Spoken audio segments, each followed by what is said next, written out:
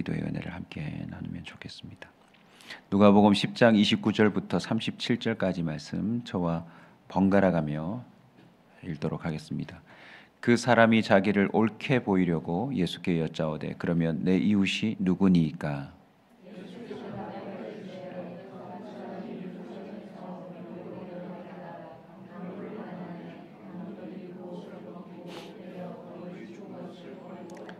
마침 한 제사장이 그 길로 내려가다가 그를 보고 피하여 지나가고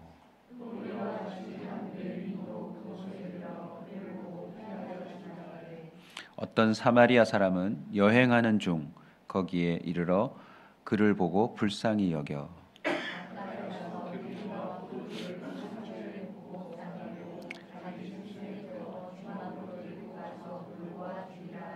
그 이튿날 그가 주막 주인에게 데나리온 둘을 내어 주며 이르되 이 사람을 돌보아 주라.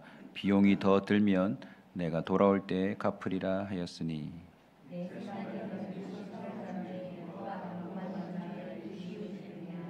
다 같이 읽습니다. 이르되 자비를 베푼 자이니이다. 예수께서 이르시되 가서 너도 이와 같이 하라 하시니라. 아멘. 너무나도 잘 아는 본문입니다. 하지만 우리가 너무나도 실천하기 힘든 본문입니다. 앞뒤 본문을 좀 더 여러분이 살피시면서 오늘 이 새벽의 말씀을 묵상하신다면 평생에 두고두고 감사하고 기뻐할 그런 간증의 본문이 될 것입니다. 이웃사랑으로 다시 새롭게 6월의 주제를 가슴에 품고요. 오늘 이 본문을 통해 이런 제목을 정해봤습니다. 가서 너도 이와 같이 하라. 예수님의 마지막 그 선포입니다. 이 사건에 대한 확실한 멘트죠. 가서 너도 이와 같이 하라. 앞본문을 보시면 한 율법 교사가 예수님께 나와서 어떻게 하면 영생을 얻으리까? 이렇게 질문하며 또 전개되는 이야기입니다. 율법 교사입니다. 단순히 율법에 대해서 의미를 부여하고 지키려고 하는 자가 아니라 그 이상 율법의 속속들이의 그 의미를 알고 다른 사람에게 가르치고 본을 보여야 하는 그런 사람입니다. 29절부터 볼 때에는 그 사람이 자기를 어떻게 보이려고요? 옳게 보이려고. 그러니까 자기가 살아가는 삶에 대한 대단한 자부심이 있는 거죠. 내가 이렇게 율법을 가르치고 나도 이렇게 살아가고 있습니다. 어떻게 하여 영생을 얻으리까라고 물었다는 건 나 같은 사람은 영생을 얻지 않을까요? 라고 하는 기대감을 갖고 나름의 또 기쁨을 갖고 주님 앞에 당당하게 대면하고 이렇게 대화하고 있는 장면입니다. 주님께서 답변하시죠. 내 마음을 다하고 목숨을 다하고 뜻을 다하고 모든 것을 다하여 하나님을 사랑하라. 그리고 내 이웃을 네 자신과 같이 사랑하라. 가장 중요하고 첫 번째 되는 두 번째 되는 율법이요 계명이다. 이렇게 주님이 말씀하셨는데 이 율법 교사가 너무 잘 알고 있으니까 주님의 답변에 주님의 질문에 또 이렇게 답해요. 그랬더니 네 말이 옳도다. 네 말이 옳도다. 모르는 사람이 아니에요. 너무너무 잘 알고 있어요. 주님의 이 말씀에 되려 또 묻습니다. 그러면 내 이웃이 누구니까?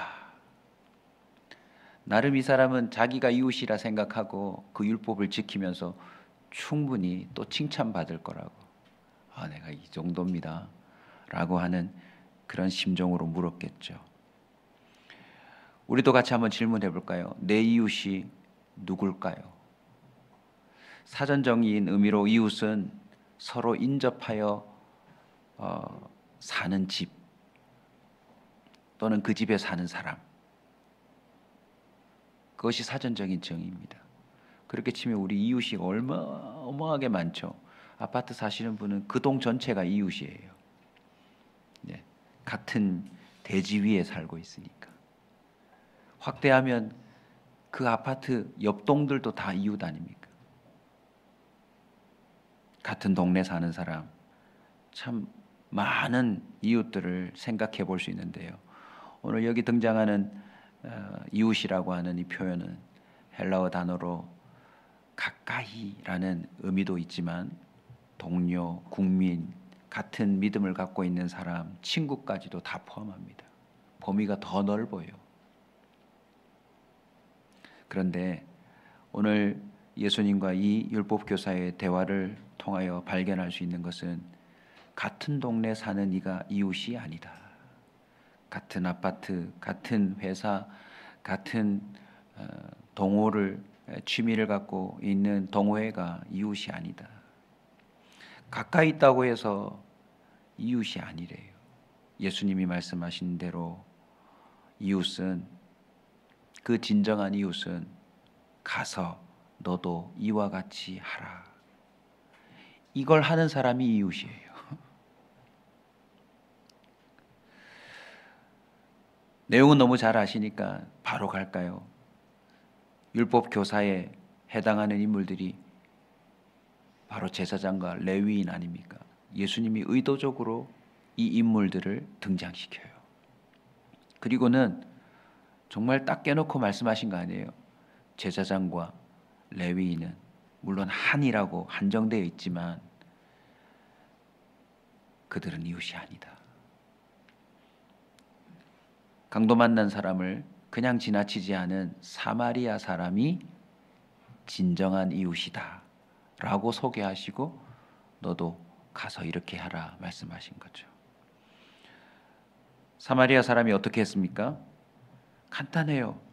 여러분 좀 정리해 두실까요? 그냥 눈으로 보셔도 됩니다. 보고 불쌍히 여겨. 보는 걸로만 하지 않습니다. 가까이 가서 붓고 싸매고 돌보아 주고 비용 지불하고 위탁 보호. 우리 복습 한번 할까요? 보고 불쌍히 여겨. 그 다음요, 가까이 가서 붓고 싸매고 돌보아 주고 비용 지불하고 내 손을 넘어서니 위탁까지 해놓는 거죠.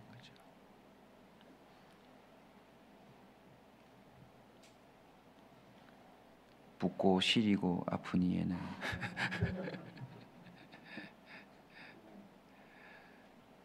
이 하나하나를 살펴보는 것도 참 우리에게 중요한 숙제 같은 일인데 새벽이니까 생략을 하겠고요.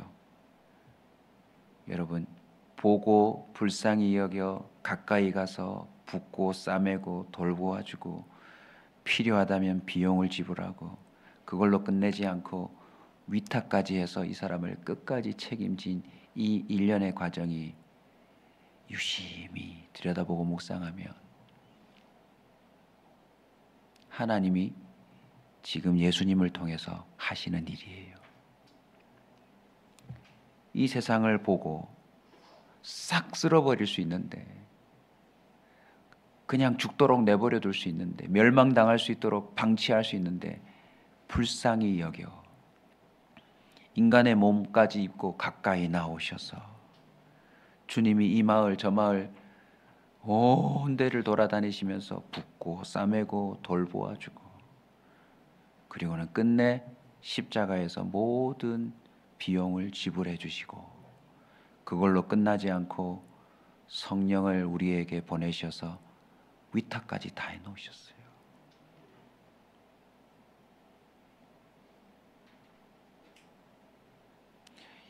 하나님이 예수 그리스도를 통해서 행하신 일, 그것을 내가 깨닫고 나도 이웃에게 그대로 하기를 원하시는 것입니다.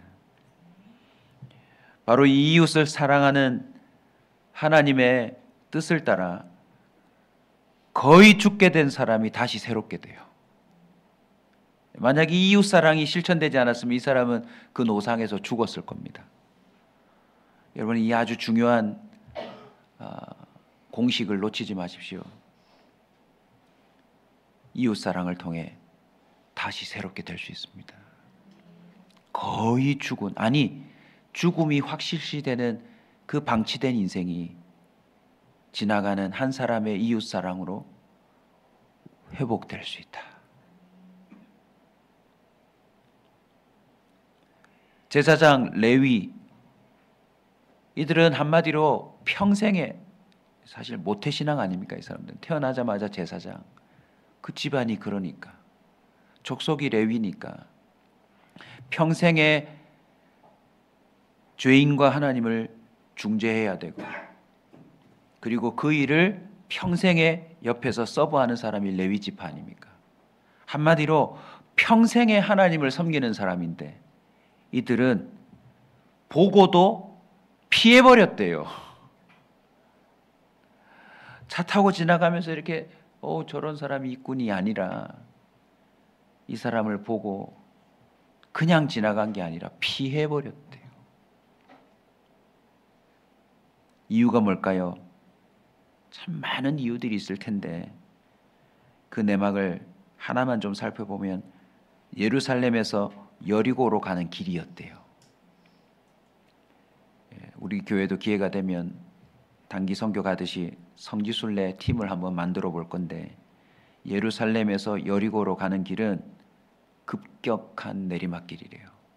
왜냐하면 여리고가 해수면보다 250m 가량 낮은 곳에 있대요. 그러니 이 급격한 내리막길에다가 험한 지형을 갖고 있어서 여행하는 사람들에게는 참 힘든 코스라고 합니다. 곳곳에서 강도들이 출몰하여 이 길을 지나는 사람들을 상대로 강도짓을 하는데,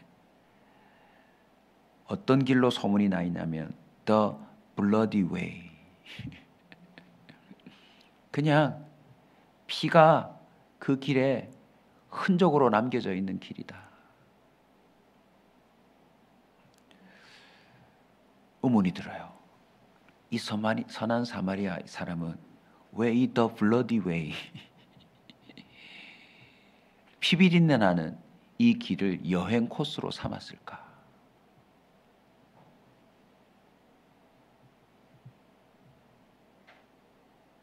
우리는 예수님을 바라보면 좋을 것 같아요. 예수님은 이 땅에 의도적으로 여행 오신 겁니다. 십자가의 길, 피를 흘리지 않고서는 갈 수 없는 길.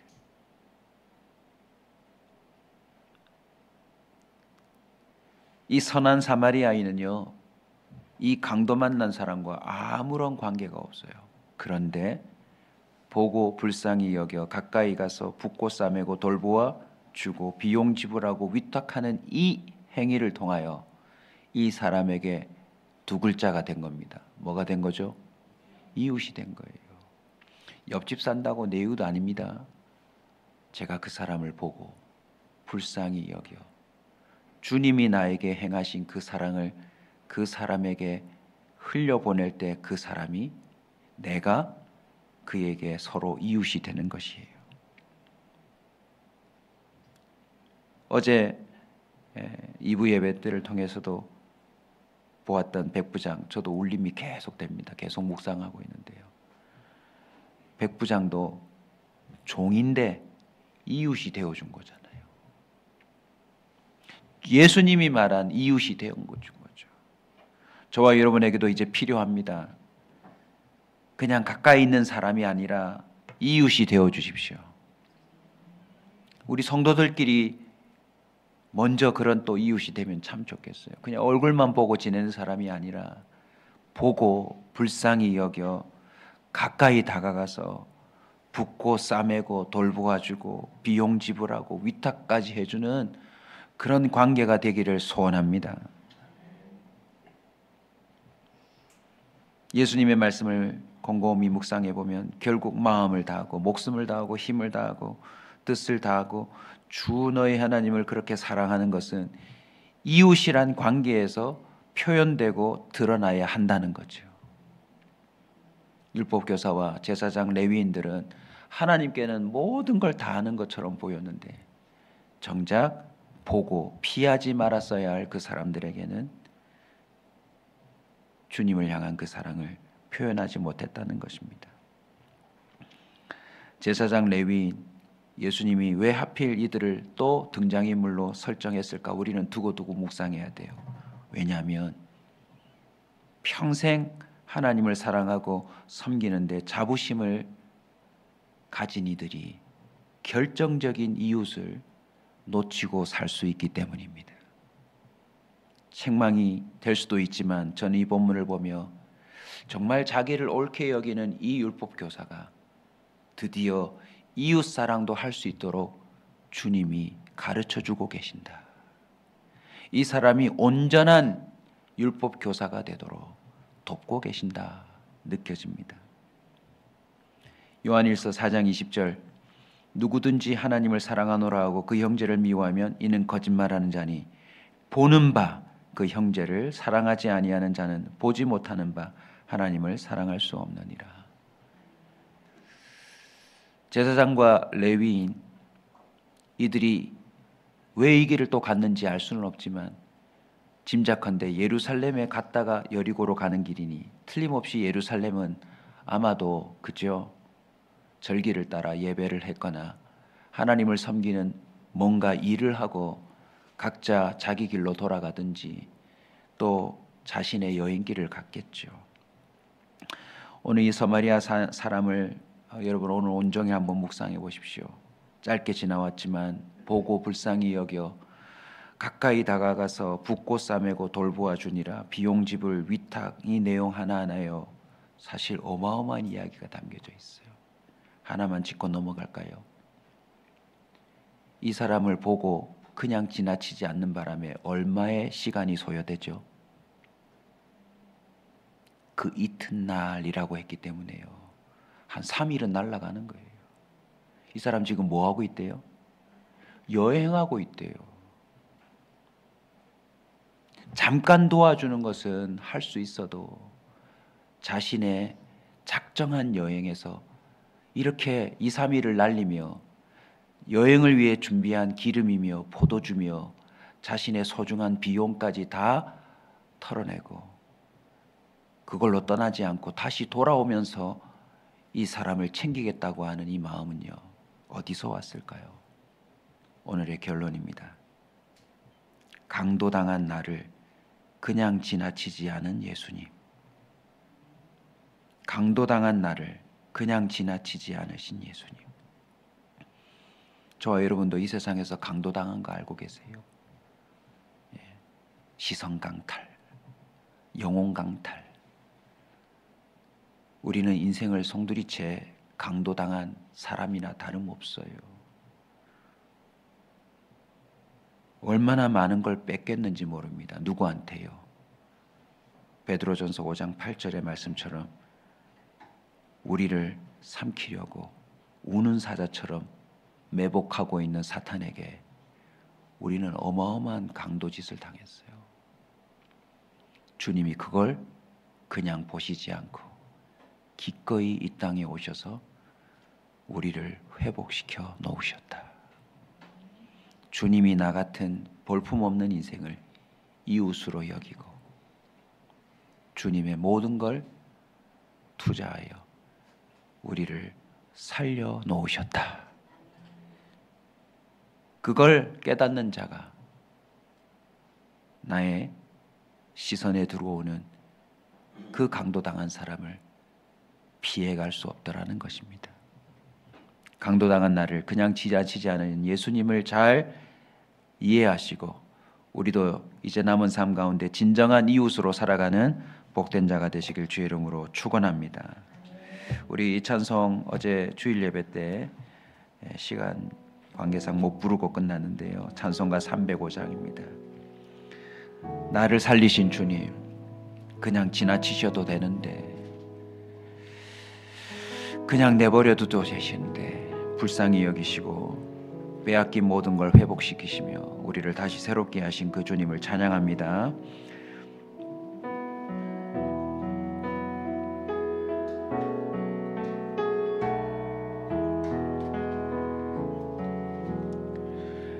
나 같은 죄인 살리시 주 은혜 놀라워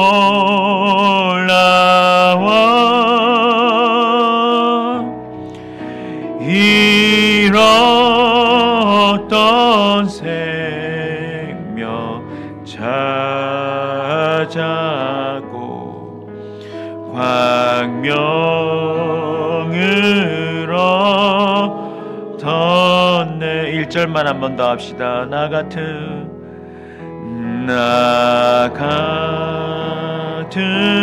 죄인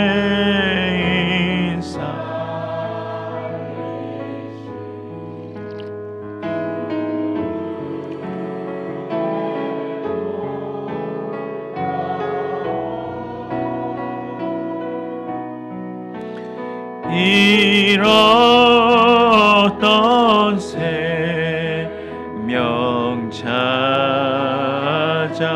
찾았고 광명을 얻었네. 이 강도당한 사람이 정신을 차리고 다시 새롭게 되어 자기 앞을 지나간 수많은 사람들 중에 선한 사마리아인이 했던 그 일들 하나하나를 알게 되었을 때 어떤 마음이었을까요? 저와 여러분은 이번 6월 한 달 동안 강도당한 내 인생 친히 찾아오셔서 그 다시 새롭게 하는 구원의 은혜를 베푸신 예수님의 모든 행적에 대해 새롭게 깨닫기를 원합니다. 그리고 이제 우리 곁에 주님이 의도적으로 보여주시는 그 많은 누워있는 인생들, 우리가 주의 사랑 전하며 이웃이 되어야 될 줄 믿습니다. 오늘 특별히 이 아침에 주님의 사랑에 감격하여 기도하는 가운데 생각나는 사람이 있을 겁니다. 그 사람을 위해 기도하시고 구체적으로 그를 위해 내가 어떻게 할지 주님께 또 묻고 지혜를 얻기를 바랍니다. 주여 한번 부르짖고 기도합시다. 주여, 하나님 아버지